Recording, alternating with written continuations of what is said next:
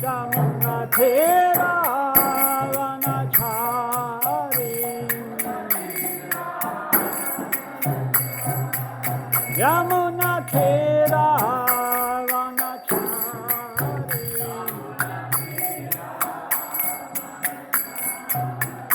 Jaya Radha Madhava Kunja Vihari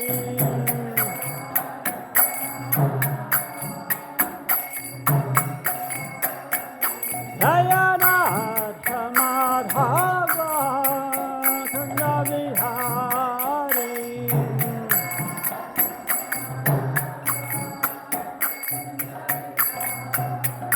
Jaya Gopinana Vallabha Girivardhari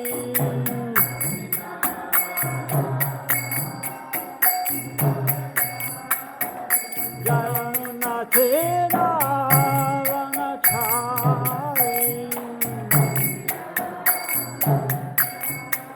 Yamuna Thera Vanachari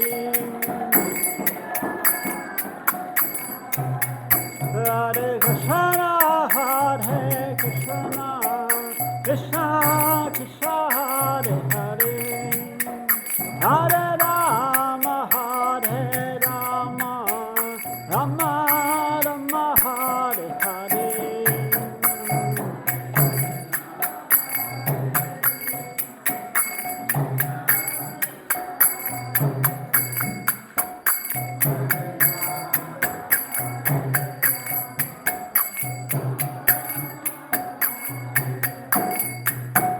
Hare Krishna, Hare Krishna, Krishna Krishna, Hare Hare, Hare Rama, Hare Rama, Rama Rama, Hare Hare.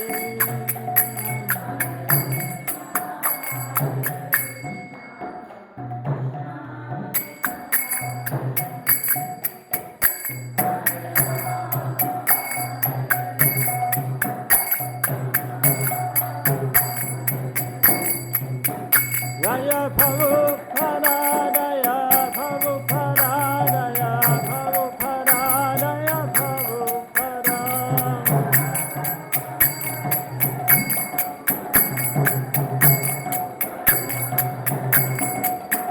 Prabhupada, Prabhupada, Prabhupada, Jaya Jaya Prabhupada.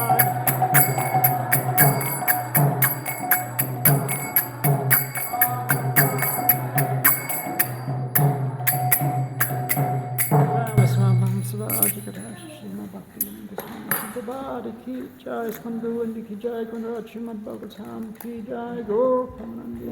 Oh glories to the devotees, oh glories to the devotees, oh glories to the devotees, oh glories to Shiva and Shri Ganga.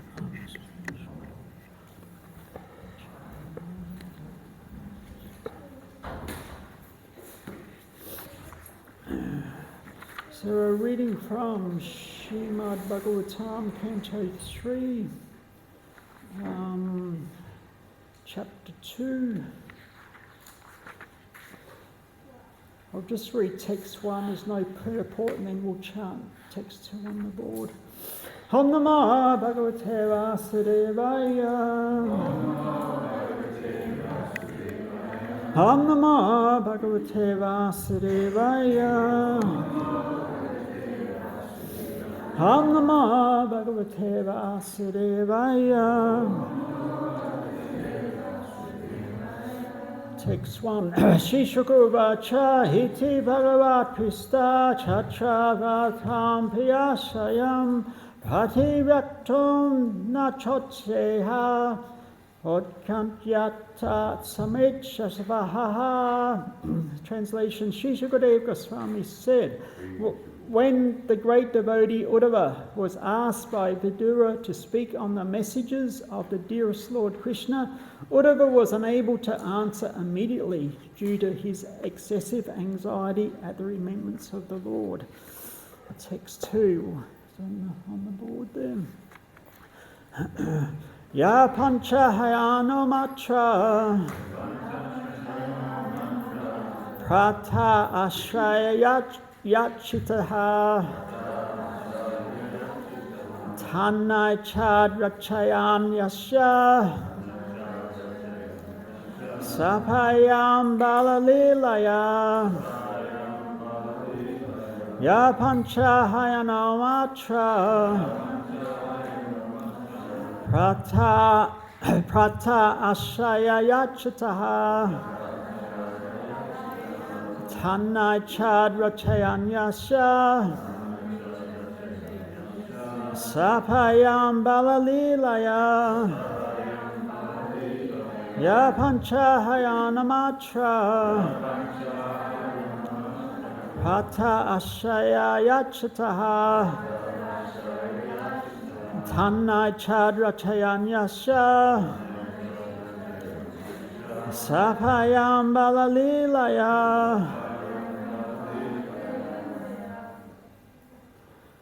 Word for word, Yaha, one who, Pancha, 5, Hayanaha, years old, Matra, by his mother, Prata Ashraya, for breakfast, Yachataha, called for, Tat, that, Na, not, Achat, light, Rachayan, playing, Yasha, whose, Sapayam, service, Balalilayaha, childhood. And translate by His Divine Grace HG Manibandha Gopal. Translation: He was one who, even in his childhood, at the age of 5 years, was so absorbed in the service of Lord Krishna that when he was called by his mother for morning breakfast, he did not wish to have it. Purport: from his very birth, Uddhava was a natural devotee of Lord Krishna, or a Nitya Siddha, a liberated soul. From natural instinct, he used to serve Lord Krishna even in his childhood. He used to play with dolls in the form of Krishna. He would serve the dolls by dressing, feeding and worshipping them, and thus he was constantly absorbed in the play of transcendental realization. These are the signs of an eternally liberated soul. An eternally liberated soul is a devotee of the Lord who never forgets him. Human life is meant for reviving one's eternal relation with the Lord, and all religious injunctions are meant for awakening this dormant instinct of the living entity. The sooner this awakening is brought about, the quicker the mission of human life is fulfilled. In a good family of devotees, the child gets the opportunity to serve the Lord in many ways. A soul who is already advanced in devotional service has the opportunity to take birth in such an enlightened family. This is confirmed in Bhagavad Gita, Suchanam Srimatam Gehe Yoga Brista Pajayate. Even the fallen devotee gets the opportunity to take his birth in the family of a well-situated brahmana or in a rich, well-to-do mercantile family. In both these families, there is a good opportunity to revive one's sense of God consciousness automatically, because particularly in these families, the worship of Lord Krishna is regularly performed, and the child gets the opportunity to imitate the process of worship called archana. The Pancharatriki formula for training persons in devotional service is temple worship, whereby the neophytes get the opportunity to learn devotional service to the Lord. Maharaj Parikshit also used to play with Krishna dolls in his childhood. In India, the children in good families are still given dolls of the Lord like Ram and Krishna, or sometimes the demigods, so that they may develop the aptitude of service to the Lord. By the grace of the Lord, we were given the same opportunity by our parents, and the beginning of our life was based on this principle.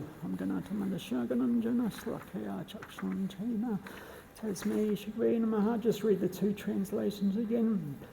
Sri Sukadeva Goswami said, when the great devotee Uddhava was asked by Vidura to speak on the messages of the dearest Lord Krishna, Uddhava was unable to answer immediately due to excessive anxiety at the remembrance of the Lord. He was one who, even in his childhood, at the age of 5 years, was so absorbed in the service of Lord Krishna that when he was called by his mother for morning breakfast, he did not wish to have it.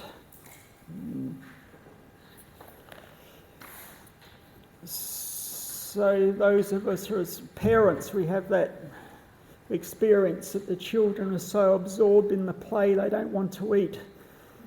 They have to be called again and again. I don't want to eat, don't want to take bath, they just want to keep playing and playing. So this propensity can be curtailed or dovetailed with Krishna conscious children, like playing with dolls in the childhood. I saw one girl here, she was carrying a doll of Radharani or a gopi, like that.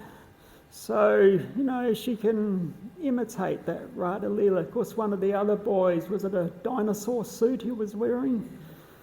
So what's that? Different Leela. Anyway. It might be Agasura.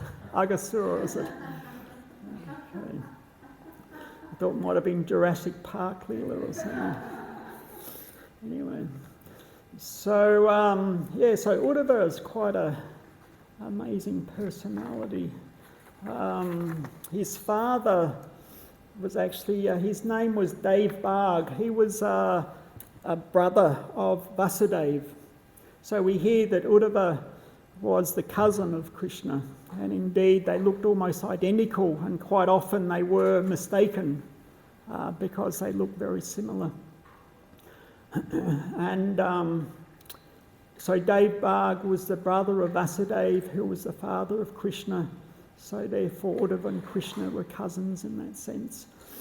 So Uddhava, his spiritual master was Brihaspati, who we know was the guru of the Devas. So he was known as a Gyan guru, like very philosophical.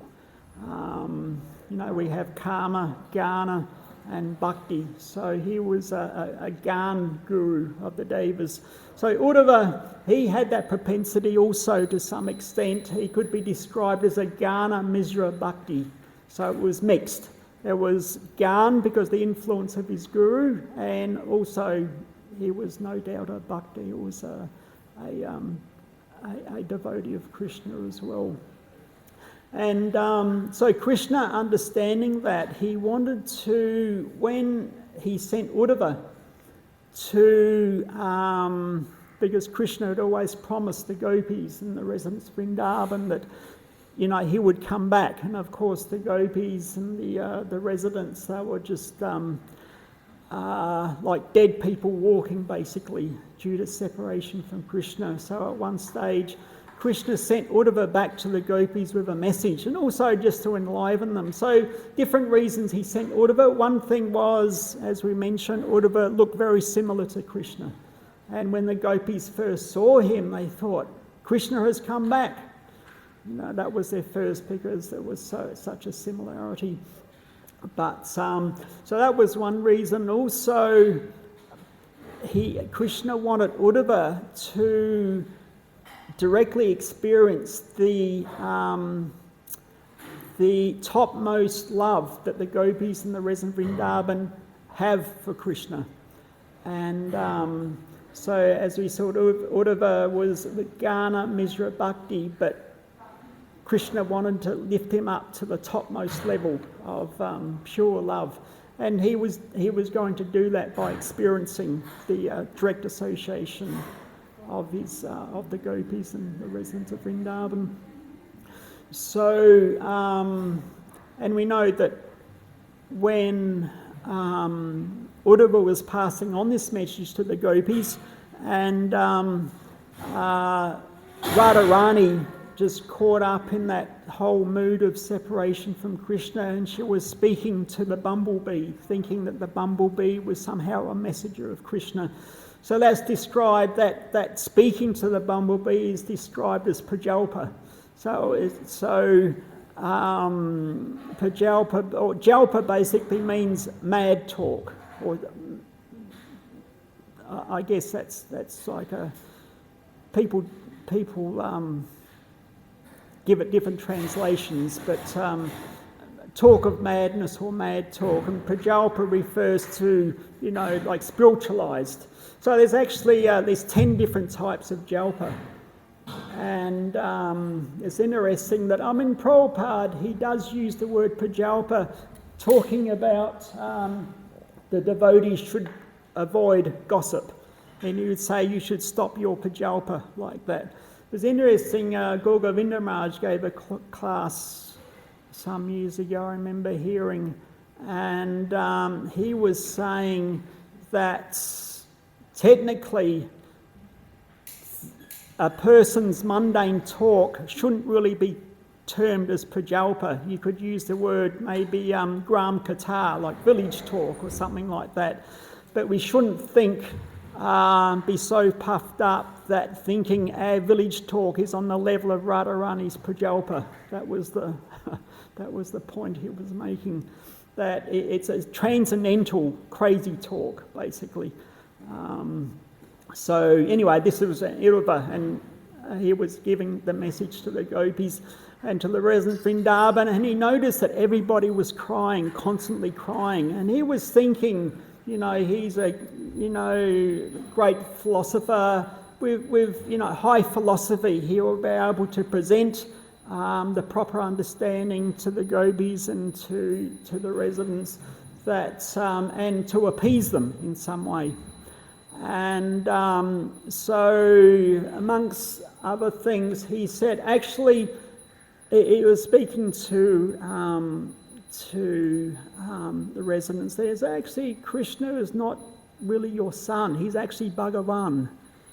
You should understand that. You don't need to be crying. And so they all did stop crying and looked at each other. And then Vasudeva said,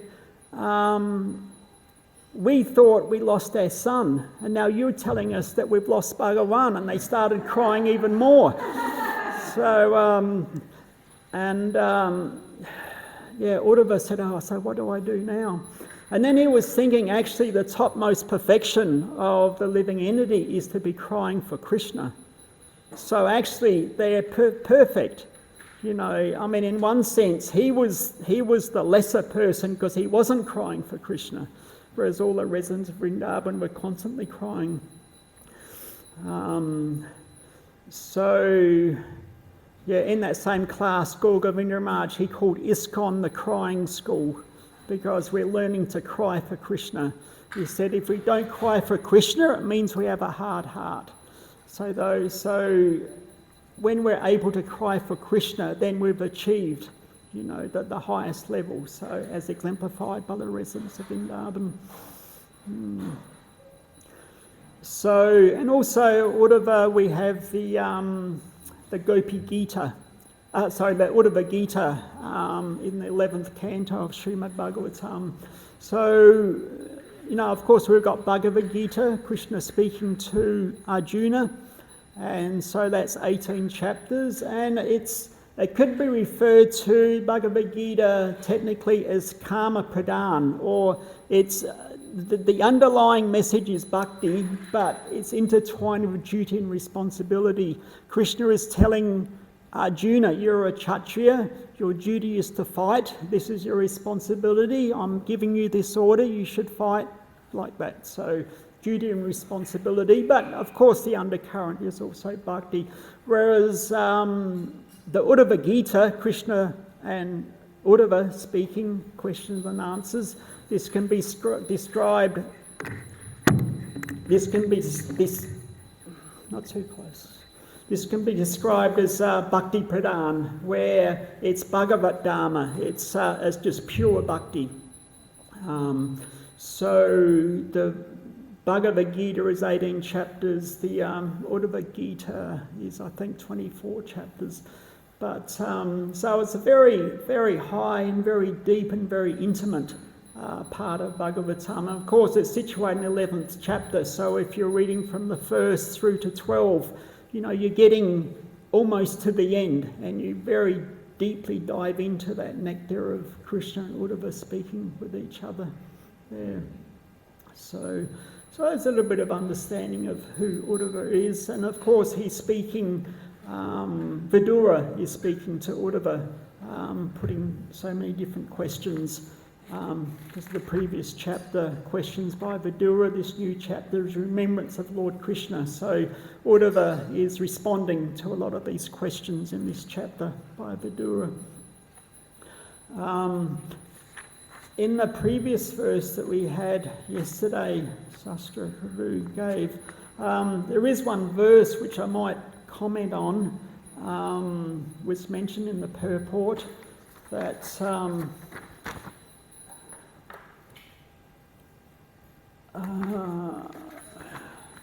here somewhere, that Jiva Goswami, he mentions that in any book there's a statement or a verse that can be known as the Paribhasa Sutra. So Paribhasa Sutra is stated generally only once, usually in the beginning of the book, and it provides the key for the proper understanding of the whole work. So Jiva Goswami, he says this verse 1.3.28 is the Paribhasa Sutra for Srimad Bhagavatam, or Paribhasa could be called Emperor, as the Emperor verse of Srimad Bhagavatam. And he describes this particular verse as the most conclusive, unambiguous, declarative, absolute and categorical in establishing the supremacy of Lord Krishna. So that's quite I'll just repeat those words: conclusive, unambiguous, declarative, absolute and categorical in establishing the supremacy of Lord Krishna.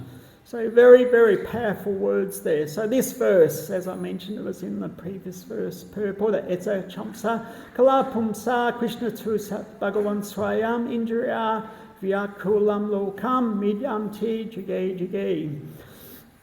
So Sutta Goswami, he in Canto 1, Chapter 3, he mentions there is many different incarnations mentioned in that chapter. And Krishna is also mentioned within that chapter. But however, at the end, Sutta Goswami, he qualifies that, giving the translation of this verse, that all these and other incarnations are plenary portions and portions of the plenary portions of the Supreme Personality of Godhead, who expands as the Purush incarnations. But Krishna is the Supreme Personality of Godhead. So this is the, whilst many incarnations there, and there's always debates about, who's supreme, is it Vishnu, is it Shiva, is it this one, is it that one, is it Krishna? So from our acharyas, it's made very clear that although there may be many different expansions and plenary portions, etc., Krishna is the Supreme Personality. And 176 Bhagavatam, the spotless Purana, Srimad Bhagavatam, establishes Lord Krishna as the Supreme Personality of Godhead, and the principal subject matter of this book is Krishna and his devotional service. And the purport 10.2.17, any place where the Supreme Personality of Godhead is present by his name or his form or his qualities or paraphernalia immediately becomes a place of pilgrimage. So many different verses within Bhagavatam is establishing who Krishna is and what his position is. Altogether, someone has calculated that in Bhagavatam 2,300 different personalities are mentioned.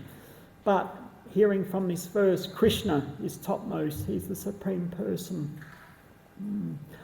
And why is Bhagavatam stressed so much? Well, it's the spotless Purana. For one thing, it kicks out all desire for calm and gan and speculation, and it just presents. The word is kaitavadama. It kicks out all cheating religion, basically. Cheating religion is classified as, you're trying to get some material benefit from your devotional service. Of course, in the beginning, we're all a little bit mixed. There's some Karma Mishra Gan there, Karma Mishra Bhakti, that we want to do devotional service. But, there's some selfish desire there, and that's to be expected in a conditioned state.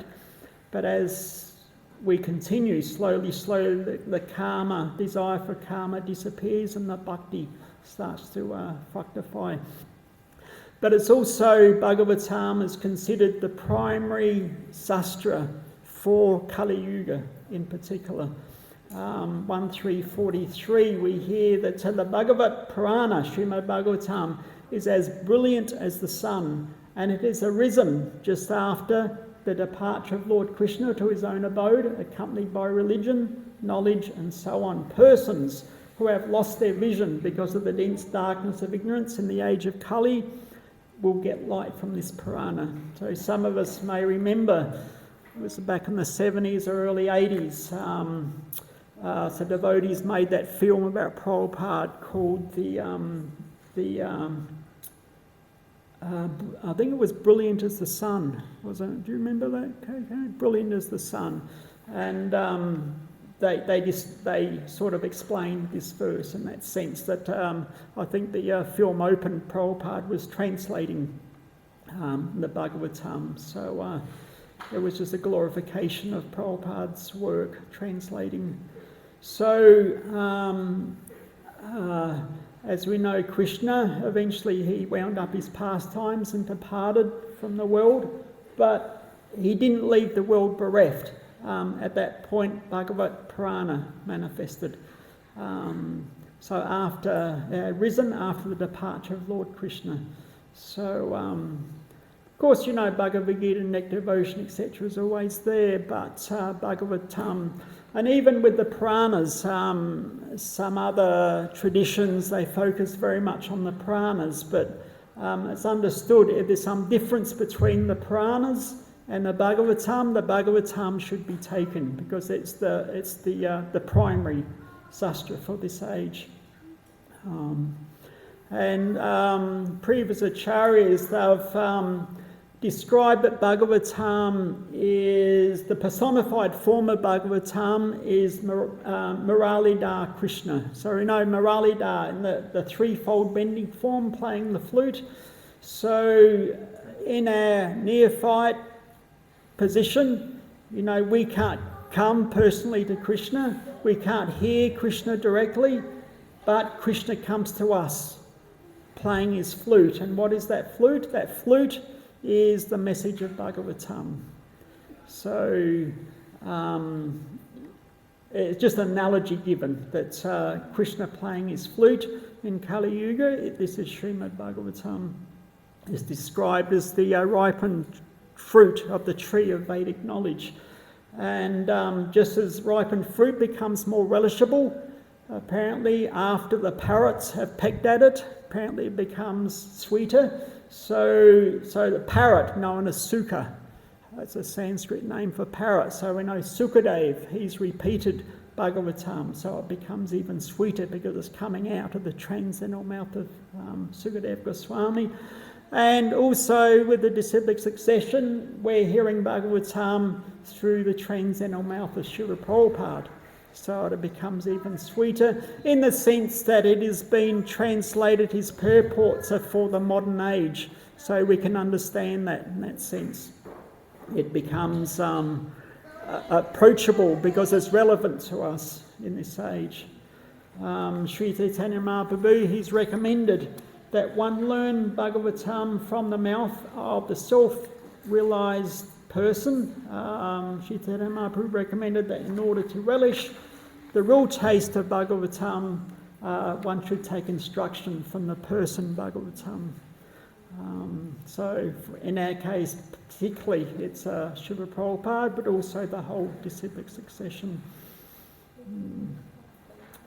It's also in the purport, Prabhupada mentions that the Pancharatriki formula for training persons in devotional services, temple worship.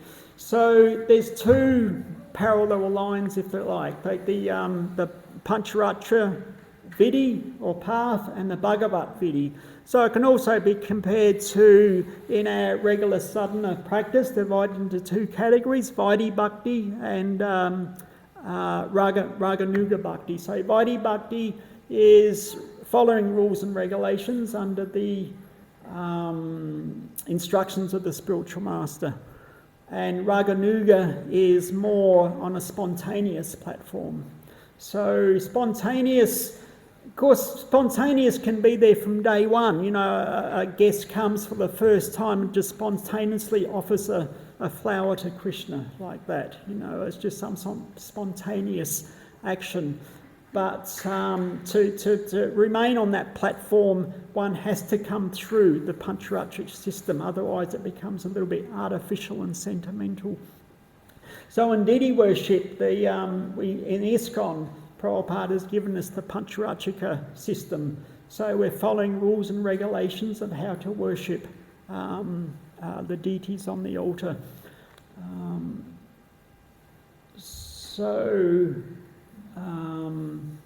Prabhupada mentions that while the Pancharatrika Vidi is what helps to situate a devotee in the purity required to approach the Lord, the Bhagavat Marg gives us the inspiration or taste that enlivens us in our practice of devotional service. So basically what Prabhupada has given is a combination of both. So we have the rules and regulations, but also through Bhagavat practice, we're developing that higher taste as well.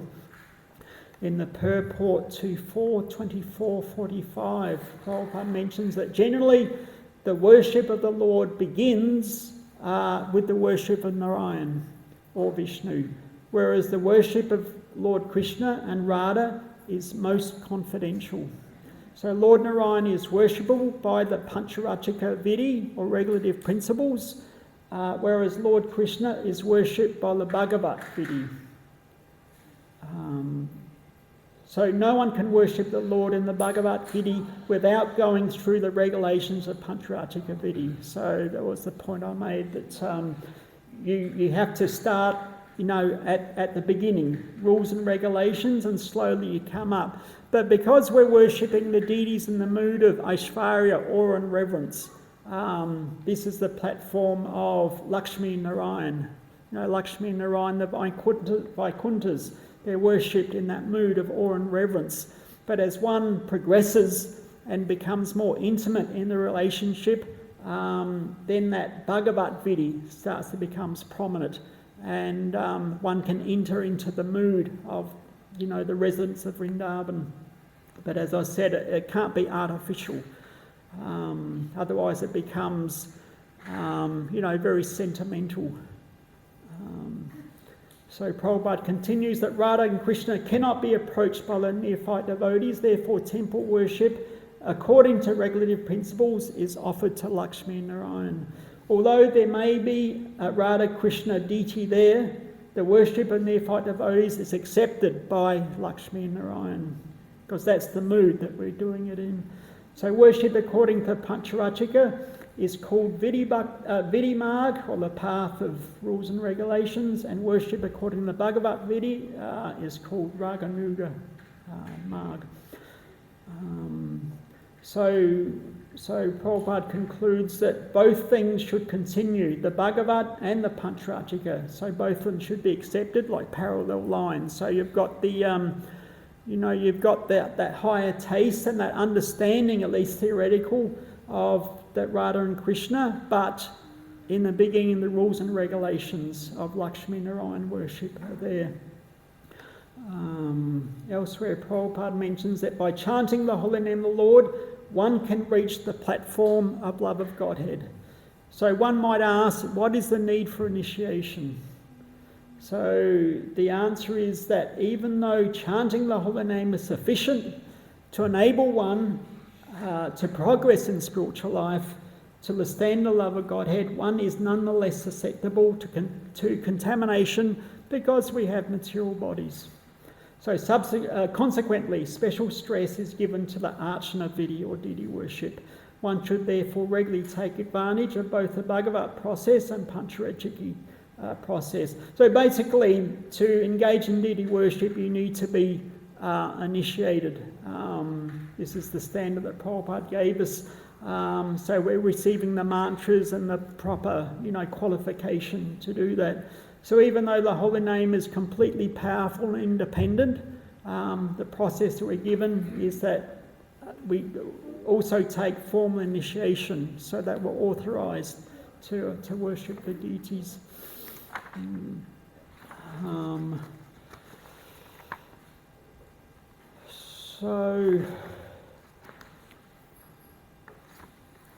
So we've got Vidura. He's been all over India on pilgrimage, and everywhere he goes he's saying that he sees Krishna and his different forms being worshipped.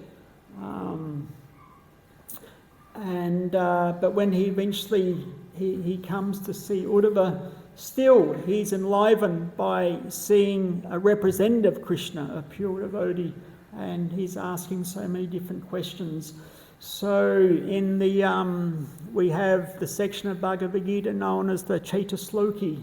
So text chapter 10 verses 8, 9, 10, 11. So chapter 10 verse 9, we hear that the thoughts of my pure devotees dwell in me. Their lives are fully devoted to my service, and they derive great satisfaction and bliss from always enlightening one another and conversing about me. So this is the exemplified perfectly by Vidura and Uddhava. And of course throughout the Bhagavatam, devotees are experiencing so much bliss, speaking on topics of Krishna. And we see that Lord Chaitanya Charitamrita is just constantly chanting Krishna's names, talking about Krishna, dancing for Krishna, taking Krishna prasad, like that. This is Lord Chaitanya's life. So he came as the perfect representative of Krishna, and by his own actions he's showing that this is the topmost platform of a devotee that's constantly engaged in all forms of associating with Krishna through his name, through his prasad, speaking to his devotees, etc. So we might end there. If there's any questions or comments? Yes, Mataji. Do we have a mic? Sorry, just one second.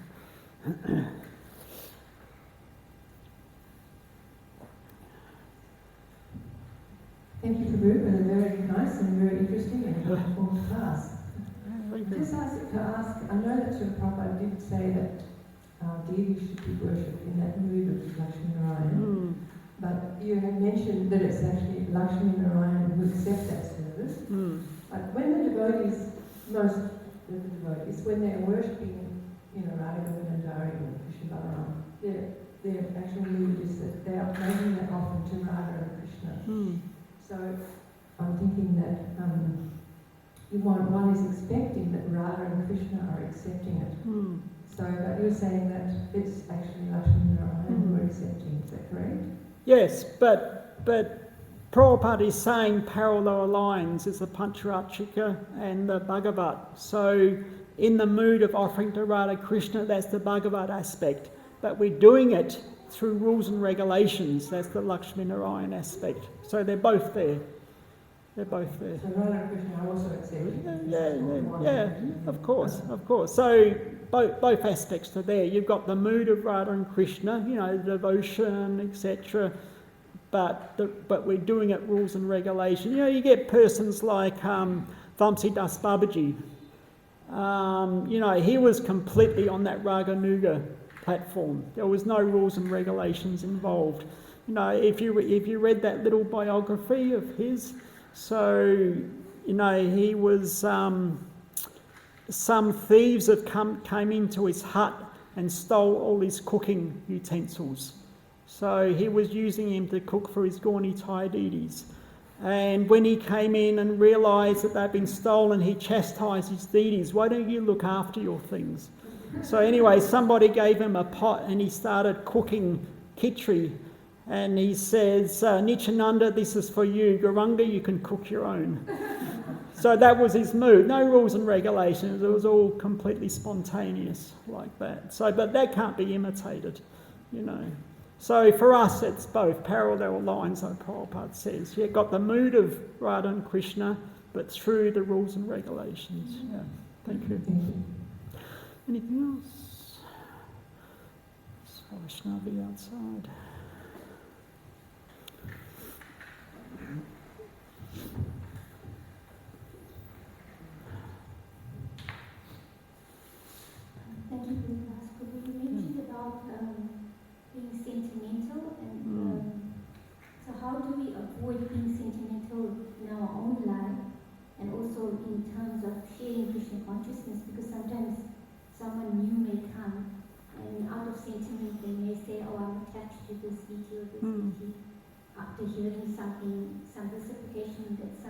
devotee had, and then jumping ahead and wanting to do the so-called romantic service, but not kind of doing like, progressive, as you mentioned. Yeah. These are the stages and progressive.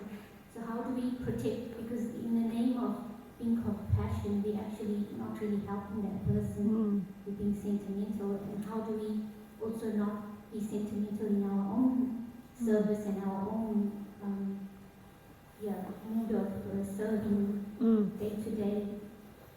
Yeah, well, so we can understand sentimental means mind and the senses, senses and the mind. So we all have them, and there can be spiritual sentiment also, but it's really based on purification and knowledge. That's where it comes from. That, if somebody's a bit sentimental, we shouldn't chastise them as a result. At least their sentiment is being directed towards Krishna. And as long as Krishna's there, purification will take place. So, but as I said, purification and knowledge, the more we learn, the more we understand what the proper mentality is by hearing and chanting and etc., etc. But in the beginning, we're all a little bit sentimental. I mean, that's because we've all got mind and we've all got senses, but we purify that through our service. And slowly that mundane sentiment disappears and to be replaced by, pure, more spiritual understanding.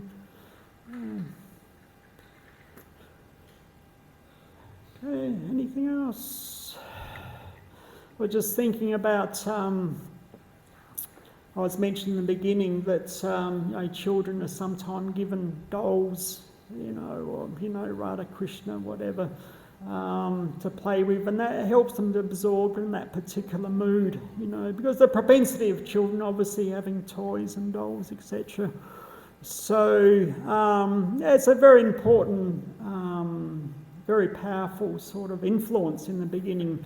So now when I was growing, because you have what's called the archetype theory, so there's about 10 different categories of personalities, and which is meant to encompass all the different personalities that humans can manifest. So the most popular one, which Hollywood always uses, is like the hero archetype. So like the hero's journey, you see all these different movies, there's some sort of unwilling hero who has to go through so many different trials and tribulations, and he has a mentor along the way, and eventually he's victorious. Like Arjuna is the classic hero type archetype. So as I said, Hollywood, so many films are based on that sort of genre, the hero's journey. So, I mean, when I was growing up as a young kid, personalities like Batman and Superman, they were like the archetype heroes that I grew up with. You'd watch it on TV and then you go out with your friends and you imitate, that the hero overcoming the villain sort of thing. Batman, he's blue, and Robin says, "Holy cow," and, it's like, you could almost, it's presented in such a way that these are personalities to emulate.